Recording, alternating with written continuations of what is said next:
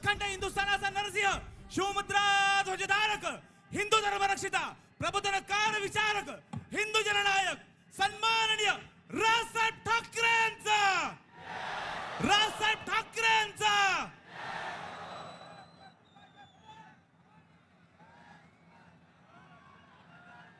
सध्या मी अगदीशय 2 मिनिटातच माझं भाषण संपवतो. सन्माननीय राजसाहेब आल्यावर एकतर मला त्यांच्यासमोर बोलायला भीती वाटते.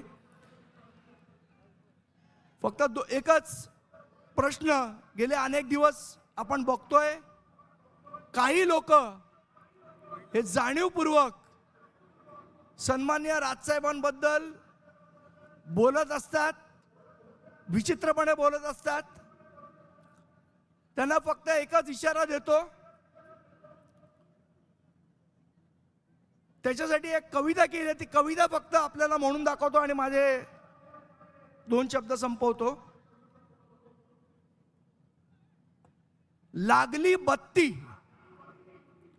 लागली बत्ती पार्श्वभागाला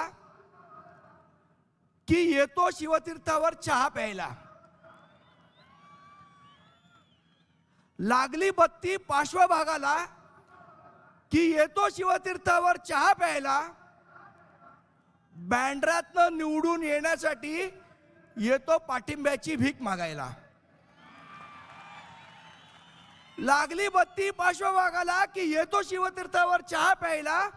बँड्रातून निवडून येण्यासाठी येतो पाठिंब्याची भीक मागायला.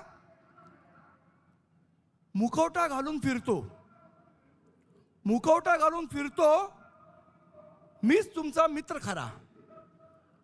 मुखवटा घालून फिरतो मीच तुमचा मित्र खरा, पण कपटी मित्रापेक्षा दिलदार शत्रूच बरा.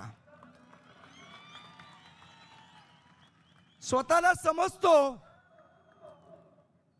समजतो मुंबईचा मामा शेलार.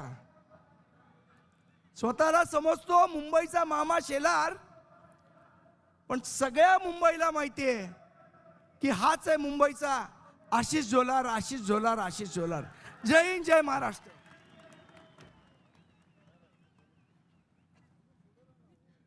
माहीम विधानसभेच्या वतीने माननीय राज ठाकरे साहेबांचा पुष्पहार देऊन स्वागत करण्यात येईल.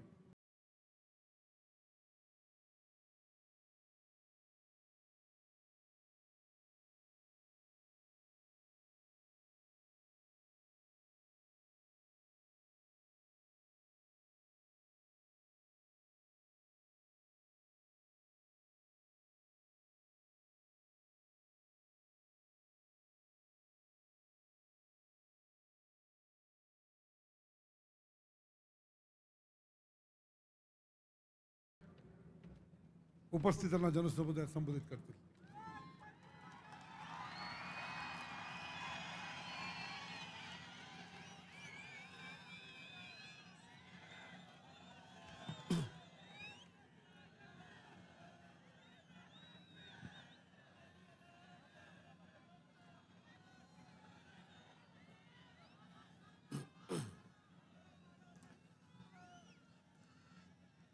जमलेल्या माझ्या सर्व तमाम हिंदू बांधवांनो, भगिनींनो आणि मातांनो,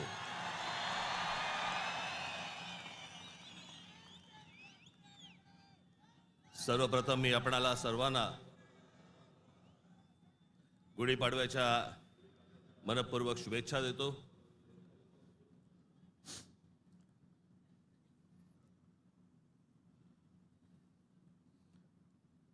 हा म्हणे हारलेला पक्ष.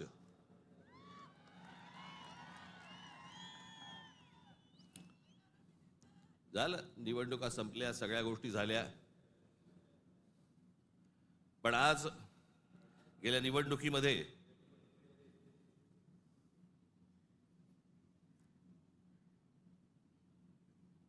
ज्यांनी मतदान करून ज्यांची मतं दिसली त्या सर्व मतदारांचे मी मनपूर्वक आभार मानतो. आणि ज्या मतदारांनी महाराष्ट्र नवनिर्माण सेनेला मतदान करून देखील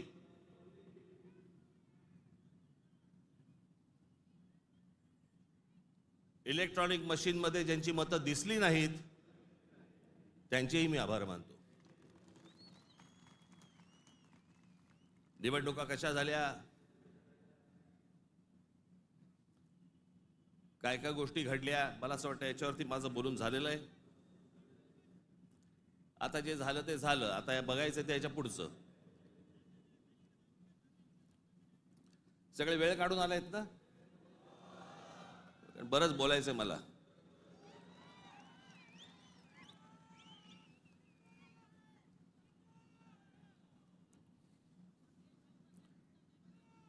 अनेक विषय, निवडणुका झाल्यानंतर अनेक विषय झाले, अनेक विषय बोलले गेले.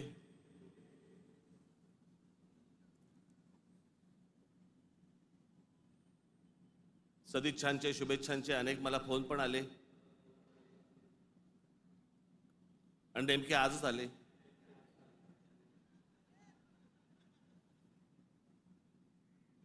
आज का आले ह्याचे अर्थ मला समजतात, जरा जपून.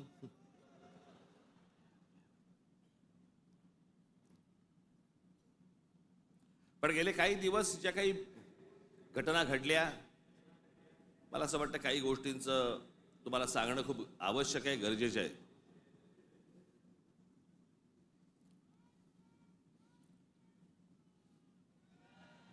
त्यातला पहिला विषय म्हणजे कुंभमेळा. मी त्याशी म्हटल्याप्रमाणे ते आमच्या बाळा नांदगावकरांनी पाणी आणलं आणि मग मी त्यांना सांगितलं पिणार नाही मी.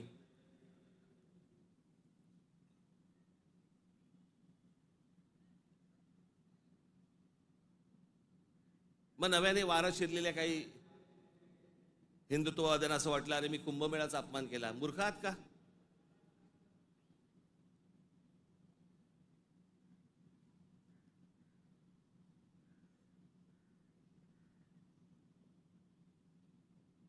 ते आमचे नयन कदम जाऊन आले तिकडे.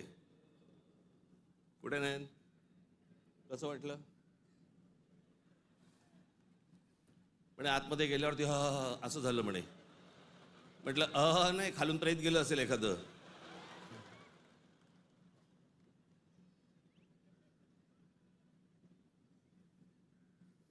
आपल्या देशामधल्या नद्यांची जी अत्यंत भीषण अवस्था आहे,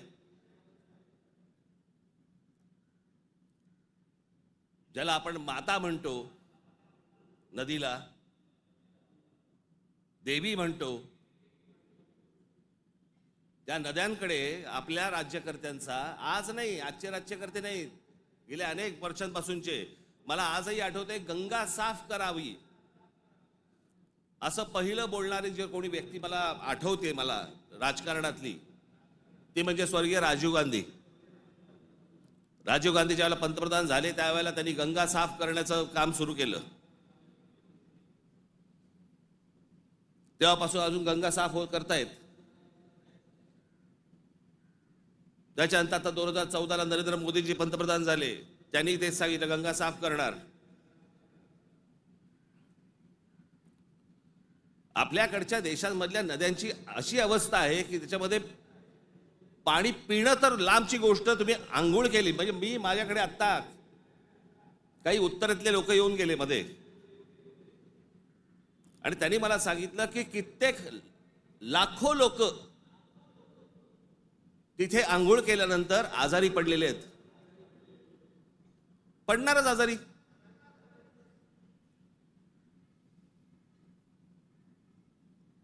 त्या गंगेवरची काय परिस्थिती आहे? प्रश्न हा गंगेच्या अपमानाचा नाहीये, प्रश्न हा कुंभमेळ्याच्या अपमानाचा नाहीये, पाण्याच्या स्थितीचा आहे की पाणी कशा प्रकारचं पाणी तिकडे असतं, होतं आणि ते अजूनही थांबवलं जात नाही. त्या गोष्टी खरं तर वेगळ्या ठिकाणी तुम्ही जागा देऊ शकता. सहज एक मिनिट भरासाठी म्हणून मी तुमच्या समोर गंगेची आत्ताची परिस्थिती काय आहे ती मी तुम्हाला फक्त दाखवतो. खाली अरे खाली आण त्याला, खाली आहे.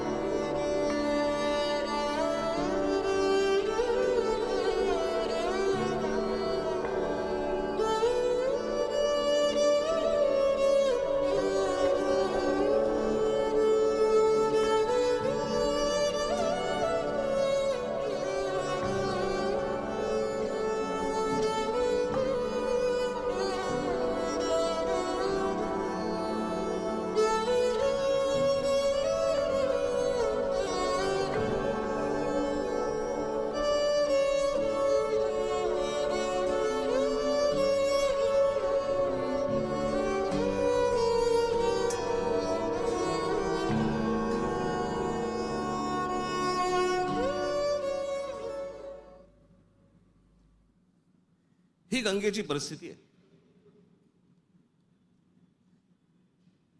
आतापर्यंत 33,000 कोटी रुपये खर्च झाले त्याच्यावरती. तुम्ही आता तो महंत बघितलात, ज्याला बोटीतनं तसाच्या तसाच टाकून दिला.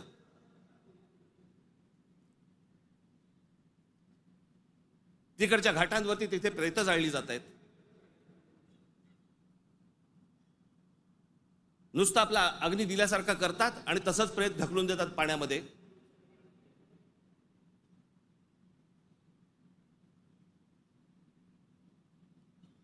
हा कोणता धर्म?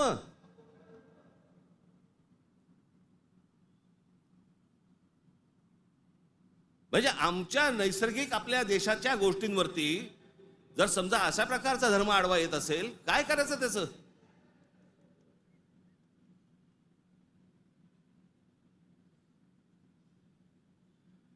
आपल्या गोष्टींमध्ये आपण सुधारणा नको का करायला?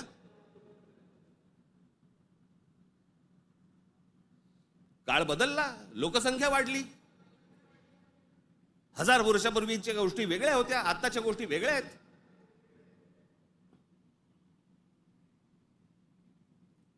हेच सगळे विधी आटपण्यासाठी म्हणून त्याच इथे वेगळ्या एका घाटावरती एखादी जागा करता येत नाही का?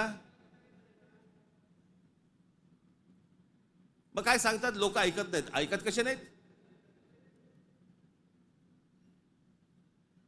दारू पिऊन गाडी चालवल्यावरती पोलीस पकडतात. हे समजल्यावरती लोक टॅक्सीने जायला लागले की नाही पिऊन? झाली की नाही सुधारणा?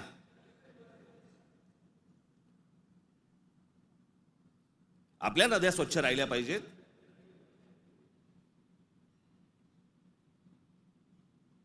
या सगळ्या नद्यांवरचे जे काही मधले मधले भाग आहेत, इतके गलिच्छ आहेत, इतके गलिच्छ. आणि या नद्या बर्बाद कोण करतोय? आपणच करतोय. कशाच्या नावाखाली? धर्माच्या नावाखाली.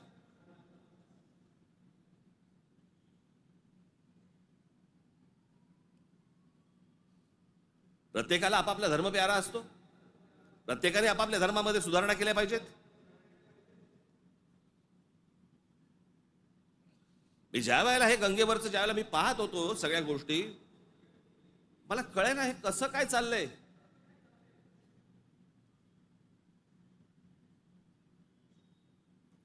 काय म्हणे 65 कोटी लोक येऊन गेले, अर्धा भारत.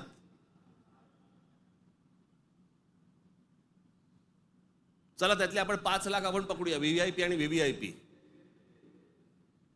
बाकीचे काठावरच बसले असतील खो खो खेळायला. बरोबर की नाही? प्रत्येकाची जरी 200-200 ग्रॅम पकडली, चीनची भिंत बांधता आली असती आपल्याला.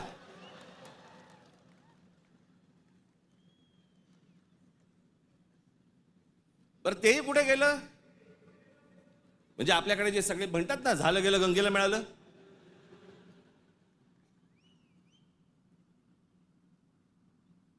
महाराष्ट्रामधली देखील आज नद्यांची परिस्थिती हेच. आमच्या कोकणामधली सावित्री नदी घ्या, सगळं केमिकलने भरली आहे. मी आता आणलंय इथे तुमच्यासाठी.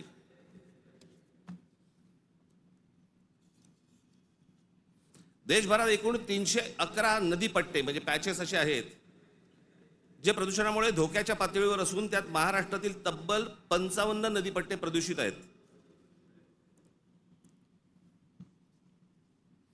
याच्यामधल्या सर्वात प्रदूषित असलेल्या नद्या, सर्वात प्रदूषित म्हणजे उल्हास नदी, मिठी नदी, मुळामुठा, सावित्री, भीमा, पवना, कान्हा, तापी, गिरणा, कुंडलिका, दारणा, इंद्रायणी, नीरा, वैनगंगा, चंद्रभागा, मुचकुंडा, घोड, तितूर, रंगवली, वर्धा, कृष्णा, पाताळगंगा, सूर्या, वाघूर, ढोरणा या नद्या पात्रांमध्ये पाणी हे अत्यंत वाईट आहे. हे माझा रिपोर्ट नाही आहे.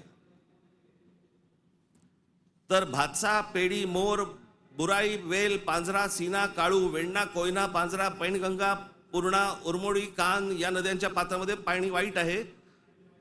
त्या नद्यांच्या तुलनेत मुंबईमध्ये 5 नद्या होत्या, 5 नद्या. कदाचित अनेकांना माहिती पण नसतील. त्यातल्या 4 मेल्या. मेल्या म्हणजे मारल्या. सांडपाणी, झोपडपट्ट्या आणि या सगळ्या गोष्टींमधनं त्या 4 नद्या मेल्या आणि 5वी ही आता मरायला आली आहे. ती म्हणजे मिठी नदी.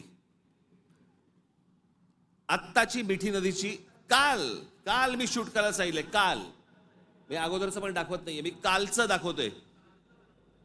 मुंबई मधली 5वी एकमेव राहिलेली नदी, त्याची काय अवस्था एकदा बघा.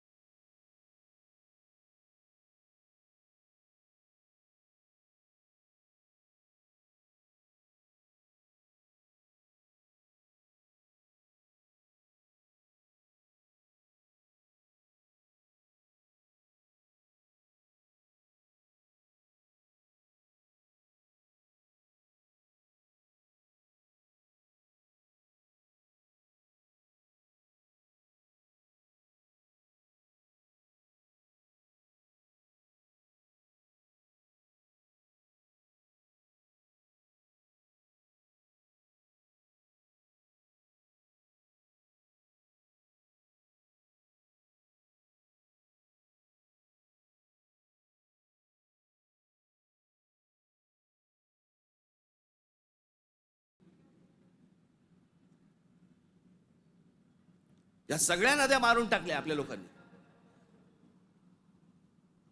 दरवर्षी येणार मुंबई महानगरपालिका म्हणणार की आम्ही मिठी नदी साफ केली. ही साफ? जोपर्यंत आजूबाजूची वस्ती हटत नाही तोपर्यंत ह्या नद्या कधीही साफ होणार नाहीत. आपल्या सगळ्या नद्यांमध्ये सगळीकडे केमिकल्स भरलेली आहेत. का? आमचं पोल्युशन कंट्रोल बोर्ड काय करतं? उद्योगधंद्यांना प्रोत्साहन, कारण उद्योगपती ह्यांना प्रोत्साहन देतात.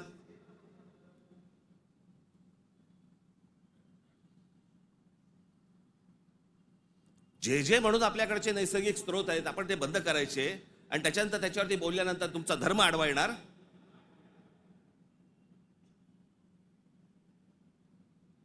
धर्माच्या गोष्टी तर मला तर कोणी सांगू पण नाहीत या लोकांनी. काही गोष्टी आपण आपल्यात सुधारल्या पाहिजेत.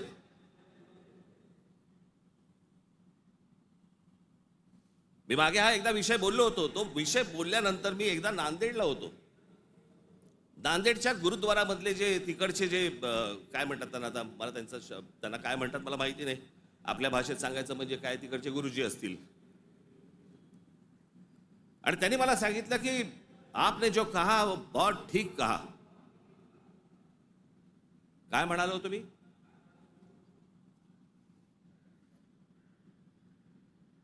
आमच्याकडे महानगरपालिका, जिल्हा परिषदा, ग्रामपंचायती, देशभर सगळ्या ठिकाणी आमच्याकडे काय भिंती रंगवल्या जातात, बोर्ड लावले जातात, झाडं जगवा, झाडं वाचवा.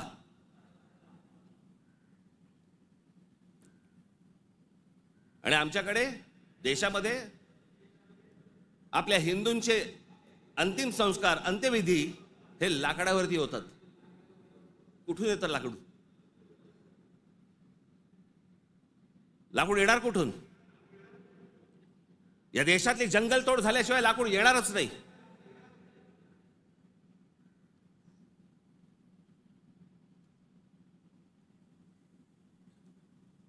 आणि ह्याला पर्याय म्हणून काय त्या इलेक्ट्रिक विद्युत दाहिनी आल्यात ना. काही जण असतात कर्मठ, नाही विद्युत दाहिनी नाही, आमच्या परंपरेनुसार. का? विद्युत दाहिनी केल्यावरती काय कल्याणला उतरवतात?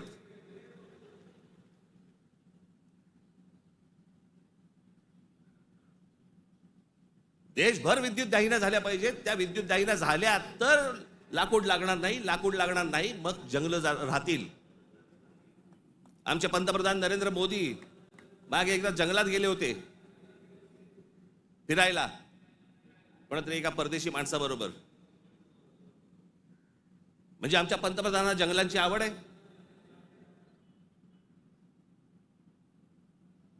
मग ते त्या अंबानींच्या कुठेतरी त्या जामनगरला गेले, वनतारा का तंतारा काहीतरी. म्हणजे त्याला प्राण्यांची आवड आहे. मग प्राण्यांची आवड असेल तर जंगल जगवली पाहिजे. जंगल हे आपलं मुंबईचं नॅशनल पार्क आहे ना, हे नॅशनल पार्क संजय गांधी राष्ट्रीय उद्यान पवईपासून सुरू होतं, घोडबंदर पर्यंत तिकडे थांबतं. एवढं मोठं राष्ट्रीय एक काय नॅशनल पार्क एखाद्या शहराच्या मध्यात जगाच्या पाठीवर कुठेही नाही.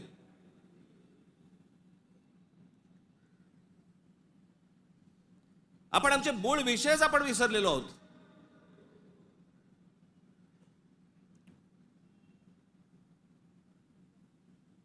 आमच्याकडे फक्त जंगल तोड सुरू आहे. म्हणजे आता मी तुम्हाला फक्त भारताचा जन्म मृत्यूचा आकडा फक्त सांगतो. जन्म मृत्यूचा आकडा म्हणजे लाकडं किती लागत असतील विचार करा, म्हणजे जंगलं किती तोडली जात असतील याचा विचार करा. भारताचा मध्ये जन्म आणि मृत्यूचा दर दररोज 81,746 मुलं जन्म घेतात आणि दररोज 29,679 मृत्यू होतात रोज. दररोज साधारणपणे 50,000 लोकसंख्या वाढत आहे. महिन्याला 24,52,380 लोक जन्म घेतात आणि महिन्याला 8,90,370 लोक मृत्युमुखी पडतात. वर्षाला 2,94,28,560 जण जन्म घेतात आणि वर्षाला 1,06,84,440 जण मृत्युमुखी पडतात.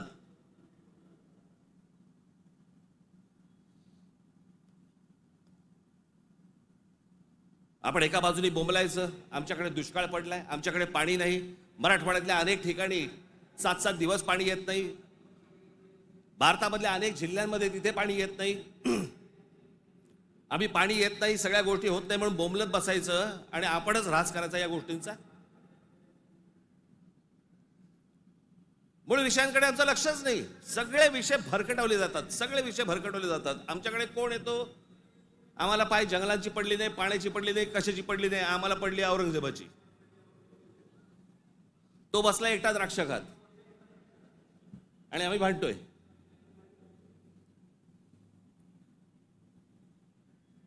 औरंगजेबाची कबर राहिली पाहिजे का उडवली पाहिजे?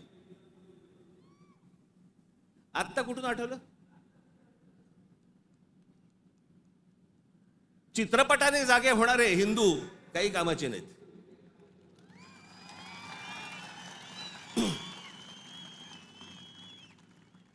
काही कामाचे नाहीत ते.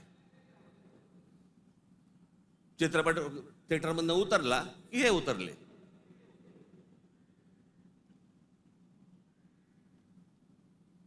छत्रपती संभाजी महाराजांचं बलिदान तुम्हाला आत्ता कळलं विकी कौशल मेल्यावर?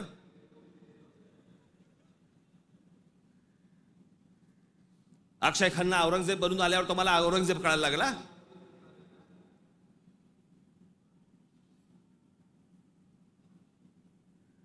व्हॉट्सअपवरती इतिहास नाही वाचतायत.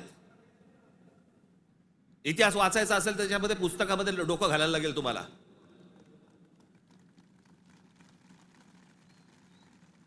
कोणीही बडबडायला लागले हल्ली इतिहासावरती. विधानसभेत पण बोलतात.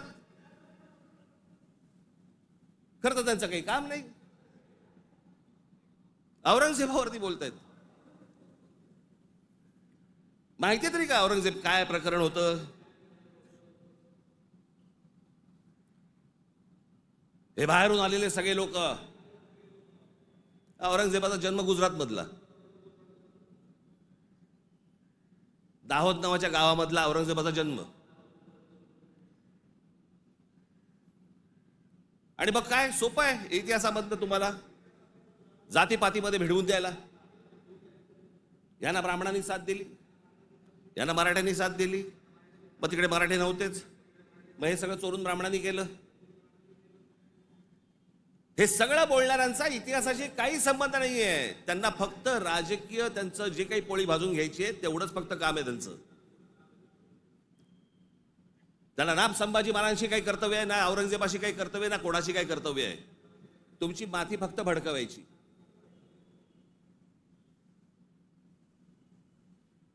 कसल्या इतिहास बोलतोय आपण? अहो, इतिहासाच्या पानात खोलवर गेलात ना, सगळ्या अपेक्षांची आणि कल्पनांची आणि भावनांची सगळी भांडी ठळाठळ फुटतील.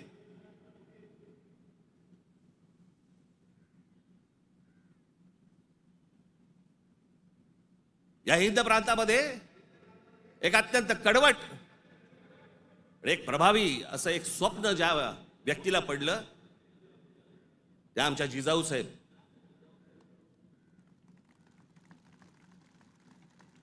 हे त्यांचं स्वप्न त्यांचे वडील असल्यापासून त्या बघत होत्या. त्यांना समजत नव्हतं हे काय चाललंय. आमचीच लोक ह्या लोकांकडेच का चाकरी करतायत?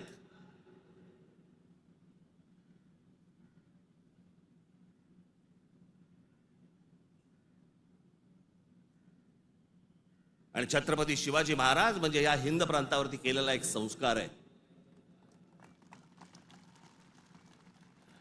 तो एक चमत्कार आहे. ती एक विलक्षण घटना आहे.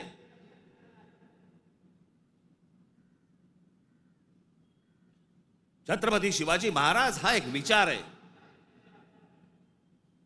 तो विचार जन्माला यायच्या अगोदर या देशाची, या देश कुठचा होता? देश नव्हताच तो. या हिंद प्रांताची काय अवस्था होती, काय परिस्थिती होती?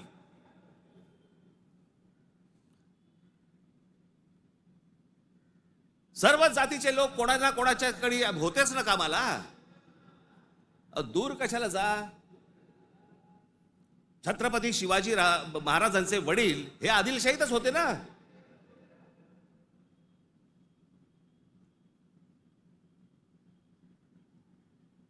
त्याच्यानंतर ते निजामशाहीत गेले ना. तो काळ वेगळा होता, ती वेळची परिस्थिती वेगळी होती. त्यांनी का तसे निर्णय घेतले? जे कोणी महाराष्ट्रामधले सरंजामदार होते त्यांच्या विरोधाचाच लढा होता ना शिवाजी महाराजांचा. हे सरंजामदार कोण होते? त्याला जातीत का पाहताय तुम्ही?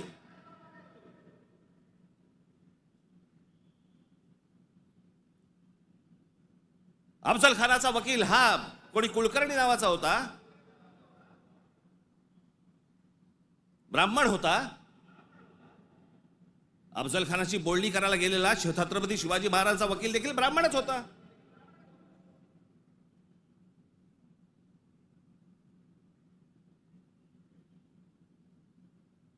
त्यावेळेला सगळीच माणसं वेगवेगळ्या लोकांकडे कामालाच होती.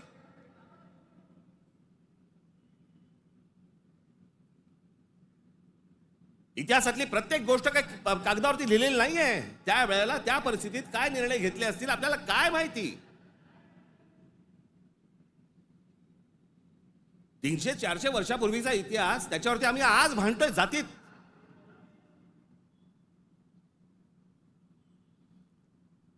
आग्र्याच्या दरबारामध्ये छत्रपती शिवाजी महाराजांच्या समोर संभाजी महाराज असताना संभाजी महाराजांकडनी औरंगजेबाची 5000 मनसबदारी स्वीकारलेली आहे. छत्रपती शिवाजी महाराजांच्या समोर महाराजांची होकार असल्याशिवाय होईल?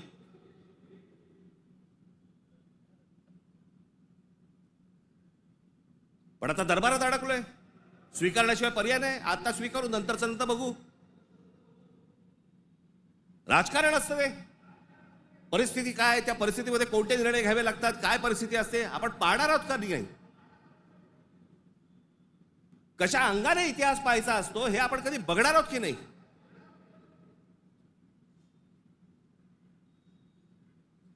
काही कशाचा कशाला माहिती नाही.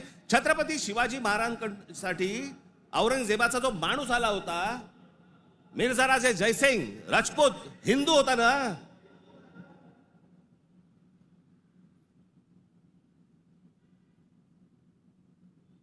ज्या सिंहगडावरती आमच्या तानाजी मालुसरेंचा आज तिथे मृत्यू झाला, ते कोणाबरोबर लढाई झाला?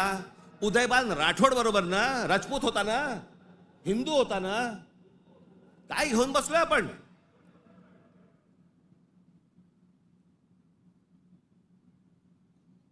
कोणत्या काळात जगतो आहोत आपण?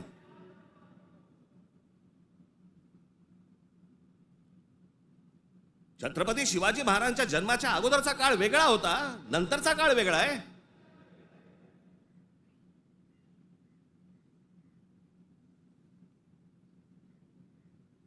मी अनेकदा माझ्या भाषणांमध्ये मी सांगितलेलं आहे, परत एकदा सांगतो, औरंगजेब विषय निघालाय म्हणून.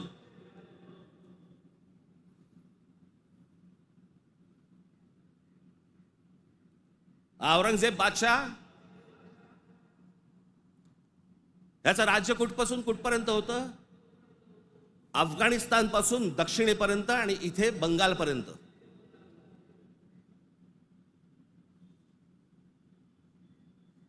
छत्रपती शिवाजी महाराज ज्यावेळेला आग्र्यावरनं निघाले, सुटले, महाराष्ट्र जेव्हा आले, त्याच्यानंतर राज्याभिषेक झाला 74 साली आणि 1680 साली महाराजांचा मृत्यू झाला, निधन झालं त्यांचं. त्या दरम्यान औरंगजेबाचा एक पुत्र, मुलगा, महाराज गेल्यानंतर दक्षिणेत आलाय आणि औरंगजेबाच्या मुलाला शह म्हणजे राहायला जागा बरोबर घेतलं. हे संभाजीराजांनी घेतलंय. तो तिथून पळून आलाय. वाचा जरा इतिहास, वाचा जरा. औरंगजेब ज्या वेळेला आग्र्यावरनं निघालाय,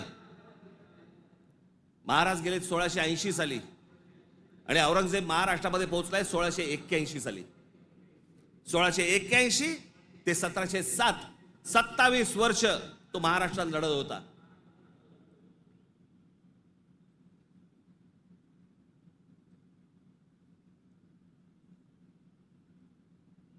आमच्या संभाजी राजांबरोबर लढला. त्यांना क्रूर पद्धतीने मारलं.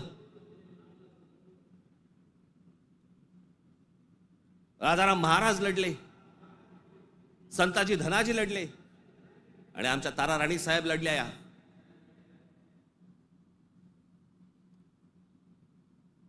एक महाराष्ट्राचे खूप मोठे लेखक होऊन गेले, नरहर कुरुंदकर. त्या कुरुंदकरांच्या एका पुस्तकामध्ये फार अप्रतिम वाक्य आहे की मराठे सर्व लढाया हरत होते, पण औरंगजेब एकही लढाई जिंकू शकत नव्हता.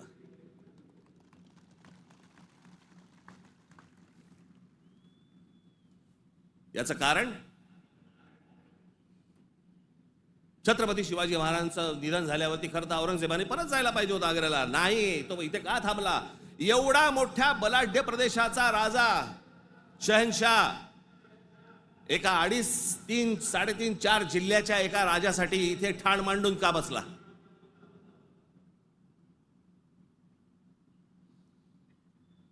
त्याला माहिती होतं छत्रपती शिवाजी महाराजांचं निधन झालंय, मग का ठाण मांडून बसला होता? शिवाजी महाराज तर गेले होते, त्याला शिवाजी नावाचा विचार मारायचा होता, जो त्याला जमला नाही.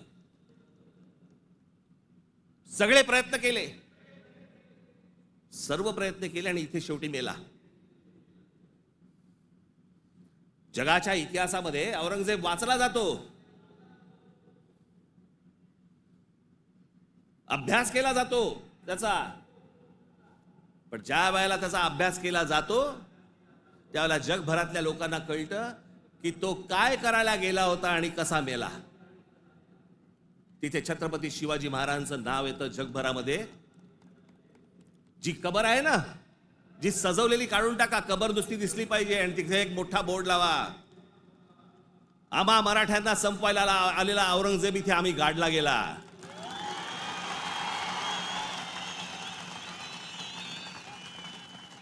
हा आमचा इतिहास.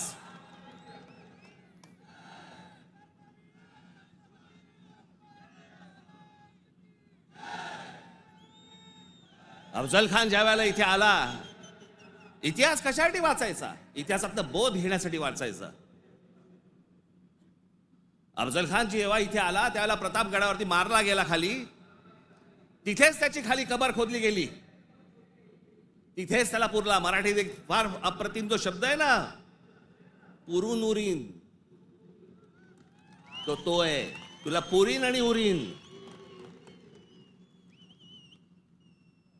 तो जो पुरला त्याला तिकडे अफजल खानाला, तो शिवाजी महाराजांच्या होकाराशिवाय पुरला नसेल. त्याची कबर जी केली आहे ती महाराजांना विचारल्याशिवाय केली नसेल. महाराजांनी सांगितलं असेल, निश्चित करा, जगाला कळू दे कोणाला मारलाय.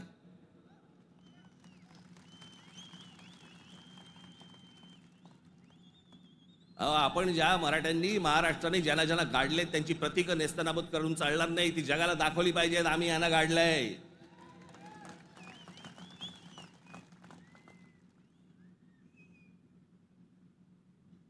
इस्रायलची एक खूप मोठी संघटना आहे मोसाद नावाची.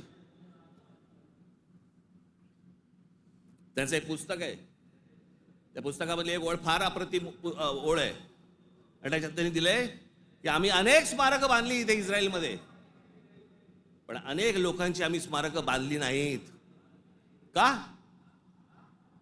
कारण ती जर बांधली तर जगामध्ये ते कृत्य आम्ही केलंय असं जगाला कळेल, म्हणून आम्ही नाही बांधली.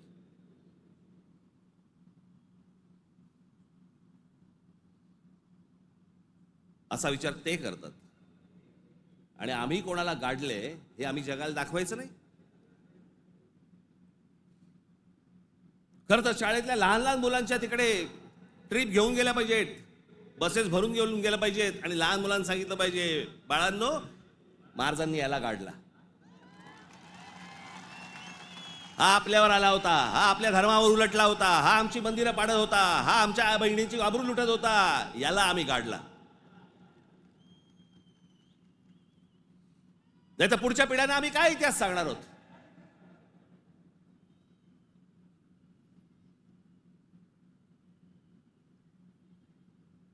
माझं महाराष्ट्रातल्या सर्व तरुणांना आणि तरुणींना माझं सर्वांना सांगणं आहे, खास करून तरुणांना आणि तरुणींना, व्हॉट्सअपवरती इतिहास वाचायचा पहिला बंद करा.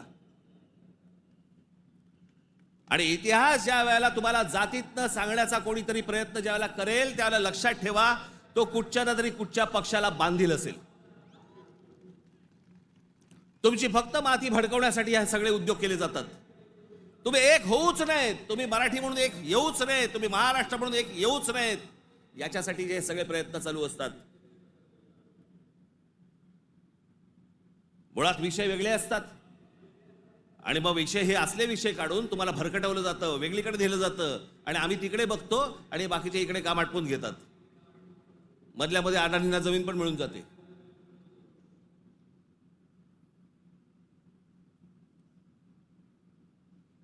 मुंबईचा विमानतळ दिला अदानीला, मग अजून कुठचा नवी मुंबईचा दिला अदानीला, मग आता पालघरचा दिला अदानीला, मग तिकडचं बंदर दिला अदानीला. अदानी हुशार निघाला, आम्ही अडाणी निघालो.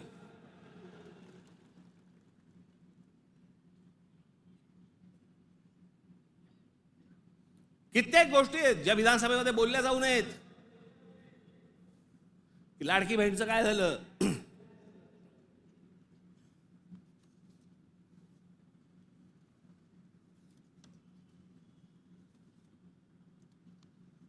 लाडकी बहीणचं काय झालं?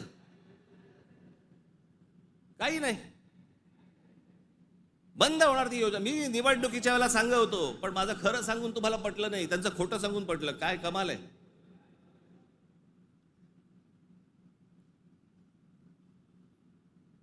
ज्या महत्वाचे जे विषय आहेत, या सगळ्या महत्वाच्या विषयांकडे आपण दुर्लक्ष करायचं आणि दुर्लक्ष करून आम्ही कुठे भरकटायचं, कुठे चालले आमचा. विधानसभेमध्ये चर्चा कशावरती? औरंगजेबावर.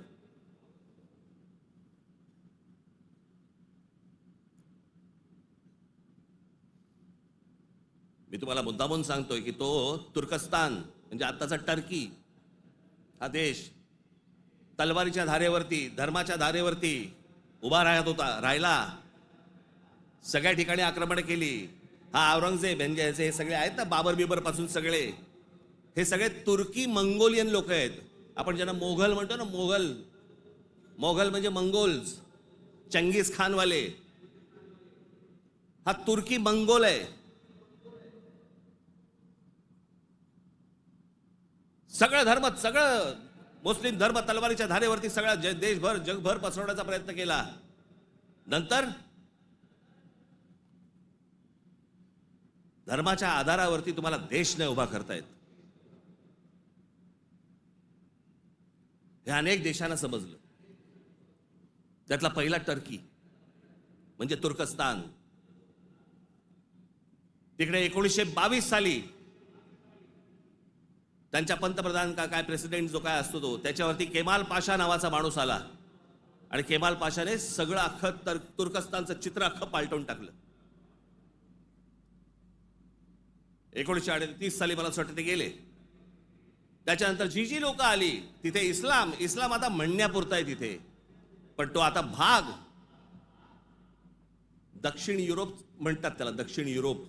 तिकडची परिस्थिती, तिकडची अवस्था जर समजा तुम्ही बघितलीत, म्हणजे त्या सगळ्या ठिकाणी मशिदी आहेत, सगळ्या गोष्टी आहेत, पण तुम्हाला रस्त्यावरती धर्म दिसत नाही. कारण त्याच्या लक्षात आलं की धर्मामुळे देशाची प्रगती होणार नाही. त्यांनी काय काय प्रकार केले ते केमाल पाशाने राज्यघटनेत तुर्कीला धर्मनिरपेक्ष राष्ट्र म्हणून घोषित केलं. इस्लामला राज्य धर्माचा दर्जा काढून टाकला. शरिया कायदे रद्द करून स्विस सिव्हिल कोडवर आधारित नवीन कायदा लागू केला. त्याच्यानंतर अरबी लिपीऐवजी लॅटिन लिपी स्वीकारली. फ्रेंच फेज टोपी त्यांची जी होती त्याच्यावर बंदी आणि पाश्चिमात्य पोशाखांना प्रोत्साहन दिलं. मशिदींमधील अरबी प्रार्थनांना तुर्की भाषेत बदललं. आता सध्याचे टर्कीचे सध्याचे अध्यक्ष एर्दोगन यांनी मवाळ इस्लाम स्वीकारला वगैरे सोडा, टर्कीला दरवर्षी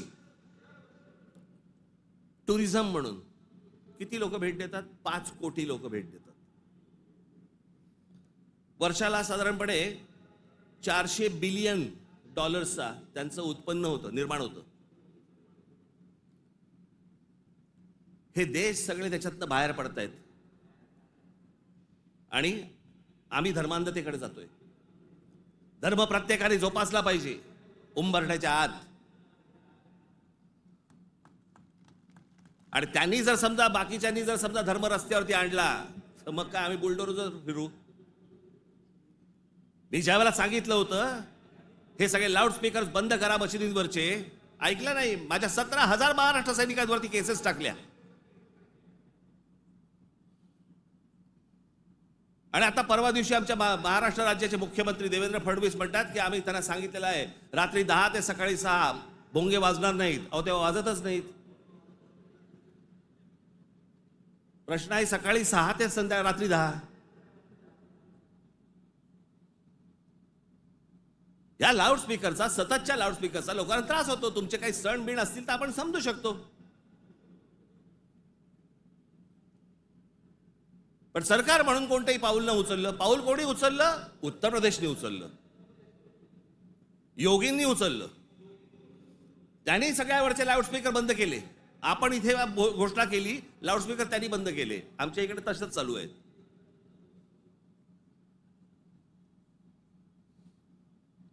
हे इकडे माहीमला इथे समुद्रावरती जे काय त्यांनी काय काय करतात ते मजार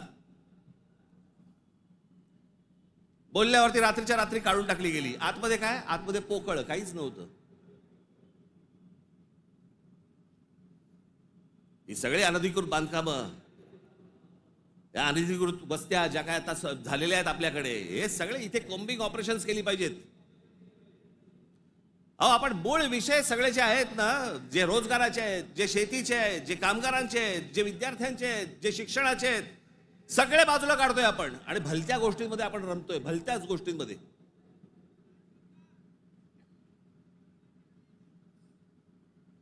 आज त्या बीडला जे झालं ते संतोष देशमुख, काय बिचारे, त्यांना काय किती घाणेरड्या पद्धतीने मारावं, किती घाणेरड्या पद्धतीने मारावं. बरं तुमच्या अंगामध्ये नसामध्ये जर एवढी क्रूरता भरलेली असेल ना, मी दाखवीन जागा, तिथे जा.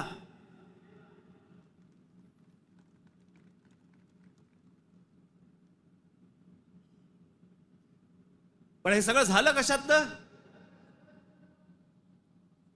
त्या विंडमिल, तिकडची ऍश, तो तिकडचा जो काय प्रकल्प त्याच्यातनं निर्माण होणारी जी काही ती राख आहे. म्हणजे मी आजपर्यंत ऐकलं होतं की राखेमधनं फिनिक्स पक्षी उभारी घेतो. आमच्या बीडमध्ये राखेतनं गुंड तयार होतात.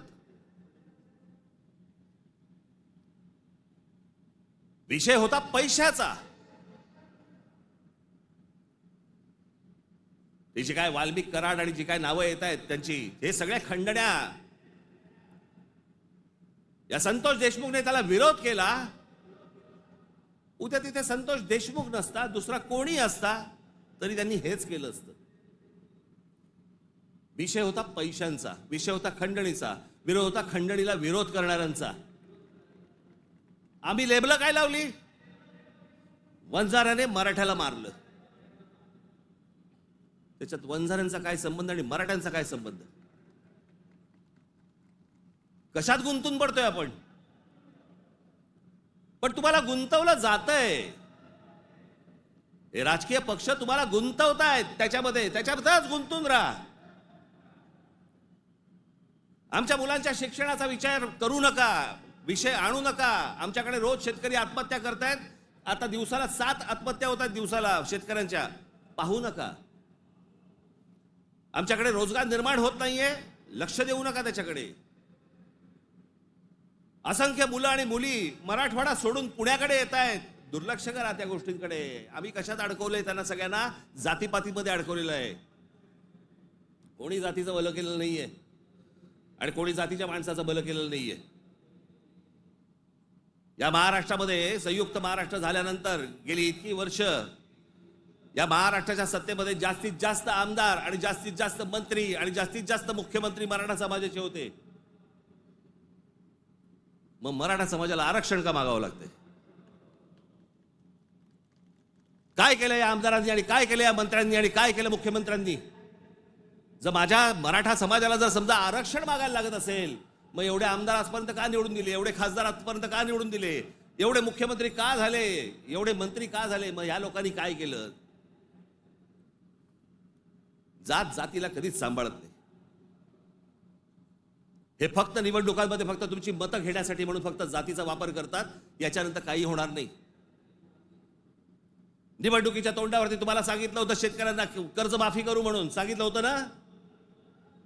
काल अजित पवार बोललेत 30 तारखेच्या आत पैसे भरून टाका, कर्जमाफी वगैरे काही होणार नाही. म्हणजे निवडणुकीच्या तोंडावरती तुम्ही वाटेल त्या गोष्टी बोलणार आणि निवडणूक संपल्यानंतर लोकांनी भाबडेपणाने मतदान केल्यानंतर तुम्ही आता ऐन मोक्यावरती बोलणार की पैसे भरून टाका म्हणून. अरे वा. महाराष्ट्रातल्या जनतेला मला हे विचारायचं आहे की इतक्या भाबडेपणाने तुम्ही मतदान करता तरी कसे? ही लाडकी बहीण योजना, या लाडक्या बहीण योजनेची आता काहीतरी 2100 कोटी काहीतरी करणार म्हणे. 2100 कोटी केलं तर साधारणपणे वर्षाला महाराष्ट्र सरकारवरती 63,000 कोटीचं कर्ज होईल.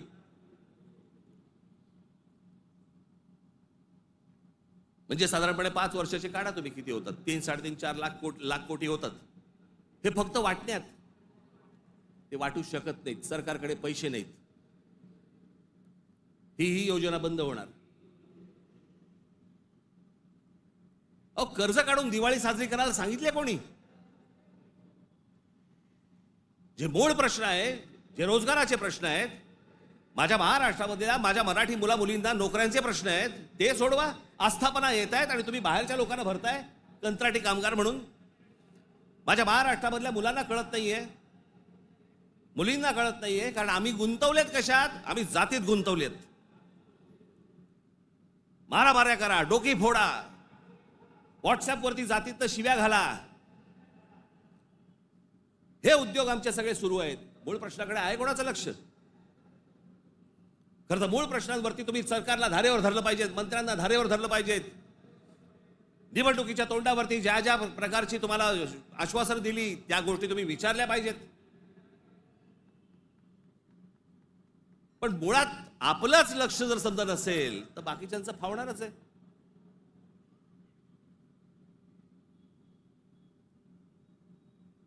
तुम्ही सगळे या जातीपातीचे सगळे भेद गाडून तुम्ही एक मराठी म्हणून उभे राहायला पाहिजेत. बाकीच्या राज्यांमध्ये बघा, तामिळनाडू बघा, तामिळनाडूमध्ये हिंदी आणतायत, नाही म्हणून त्यांनी सांगितलं येऊ देणार नाही. केरळामध्ये येऊ देणार नाही. आम्हीच लोटांगण घालतोय. आम्हालाच समजत नाही आम्ही काय करायचंय. मी इतका भांबावलेला मराठी माणूस आजपर्यंत कधी बघितलं नाहीये.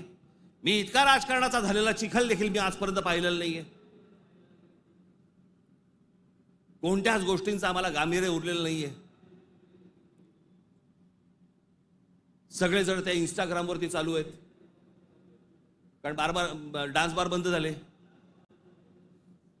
तिकडे जे हे चालायचं ते सगळं मोबाईलवरती आलं. कशात गुंतून पडलेला आहात एकदा जरी विचार करा. हे ज्या गोष्टी बोलतात, ज्या गोष्टी सांगतात, खरं तर माझं मत आहे, मी आता झाला, निवडणुका संपल्या, शिमगा झालेला आहे, होळी संपलेली आहे. तुमच्या साक्षीने सांगतो, माझं खरं तर देवेंद्र फडणवीस तुमच्या हातामध्ये एक चांगलं राज्य, सुसंस्कृत राज्य हातामध्ये आलेलं आहे. याच्याकडे नीट बघा. चांगल्या पद्धतीने मराठी माणसाकडे पाहणार असाल तर आमचा तुम्हाला पाठिंबा निश्चित राहील. प्रत्येक गोष्ट आमची ऐकून करा.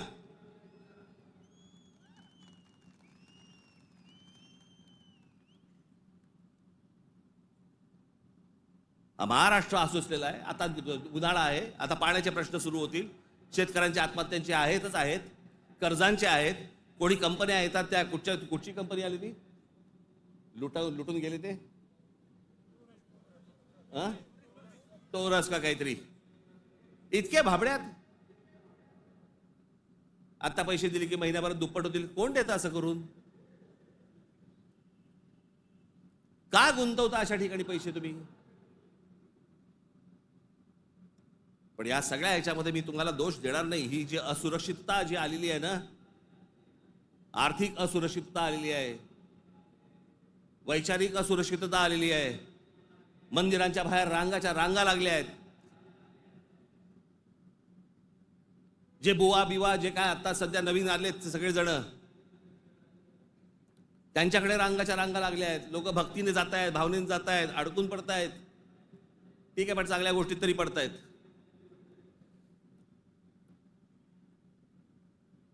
आज चहूबाजूनी महाराष्ट्राला सर्व बाजूनी विळखा पडतोय, मराठी माणसाला विळखा पडतोय. हा विळखा तुम्ही ओळखला पाहिजेत. मराठी भाषेला विळखा पडतोय.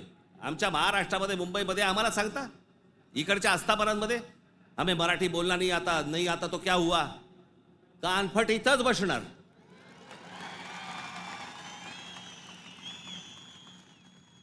फालतू देशबीस सांगायचं नाही आम्हाला.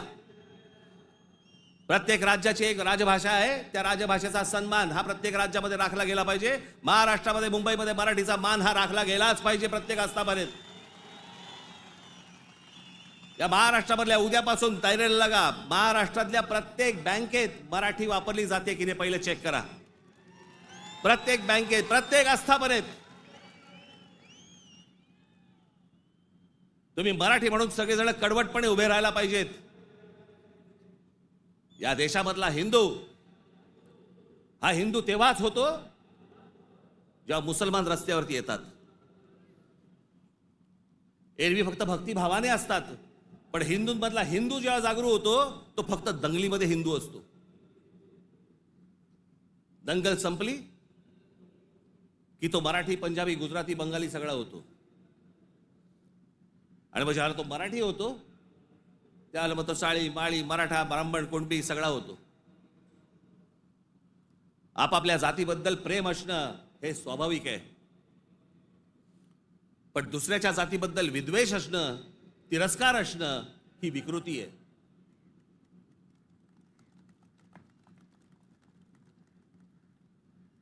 आज सगळे राजकीय पक्ष बाकीचे, आज केंद्रातले असतील, पूर्वीपासून चालू आहे, काँग्रेस असल्यापासून सुरू आहे.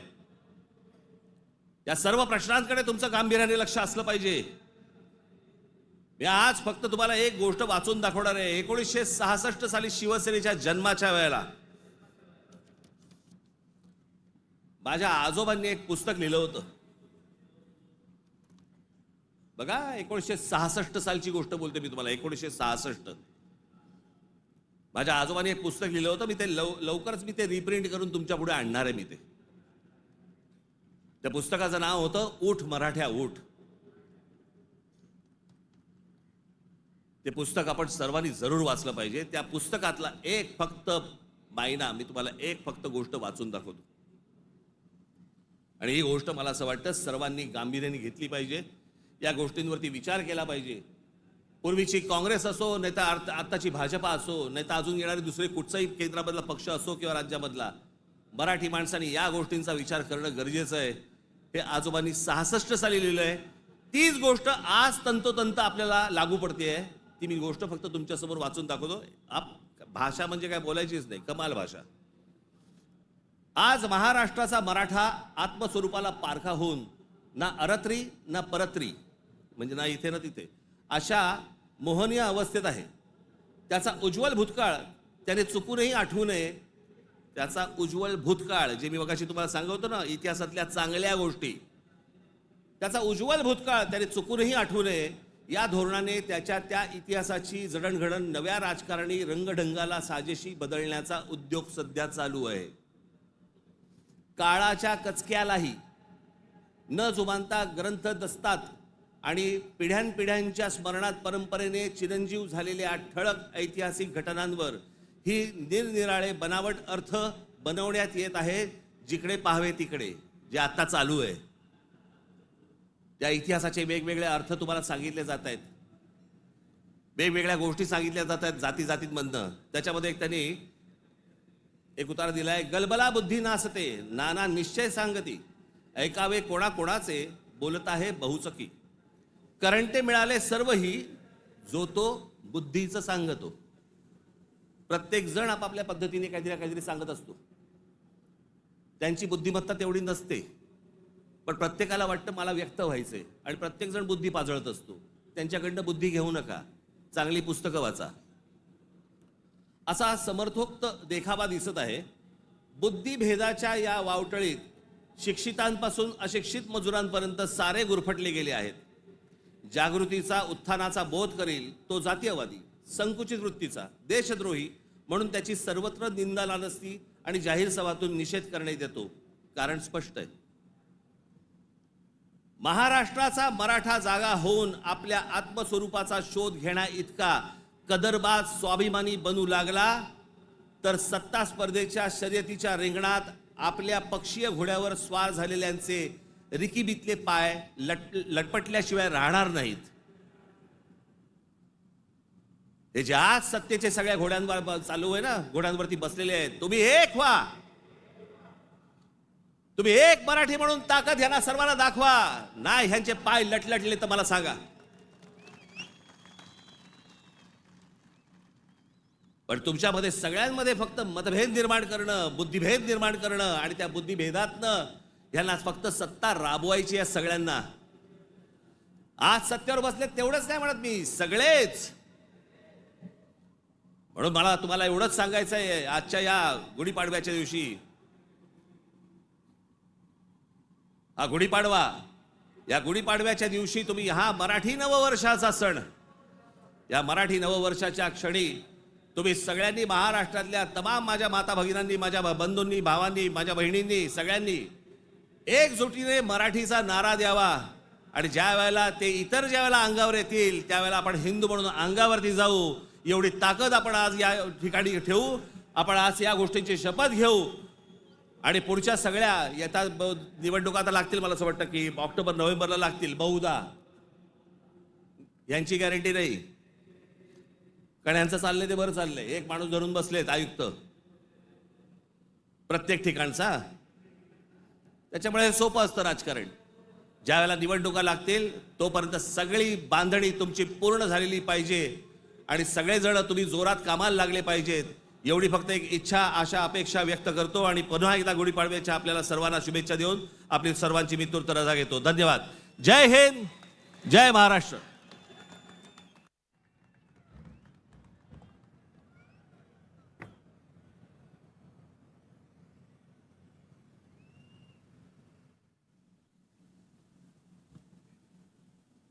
हे जे सगळं मी आजपर्यंत जे काही तुमचं प्रेम मला जे मिळालेलं आहे त्या प्रेमावरती आधारित आजपर्यंत ही जी सगळी घोडदौड सुरू आहे,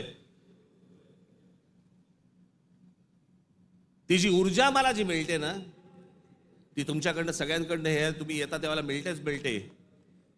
पण आपला एक महाराष्ट्र सैनिक नगर जिल्ह्यातला कोल्हापूरला अंबा मातेचं दर्शन घेऊन तिथून तो आजच्या सभेसाठी पायी पायी कोल्हापूरवरनं इथे आलेला आहे. मी ते प्रमोद आरणे, कुठे गेला ते इकडे,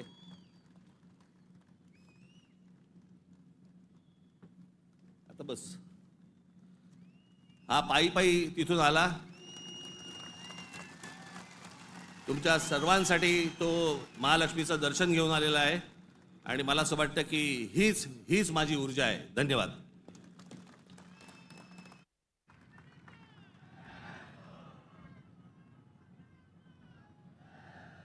कृपया महाराष्ट्र गीत आणि राष्ट्रगीतासाठी सगळ्यांनी स्थानापन्न व्हावं.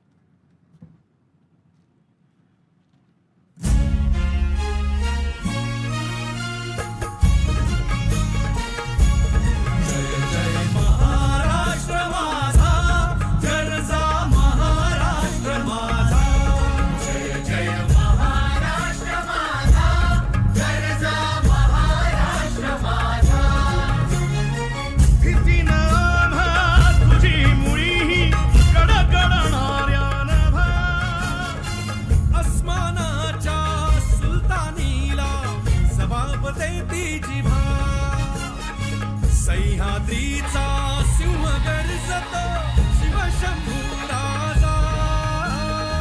दरी दरीतून नाद गुंजला महाराष्ट्र माझा. जय महाराष्ट्र माझा, जय महाराष्ट्र माझा. काळ्या छातीवरी कोरली अभिमानाची लेणी.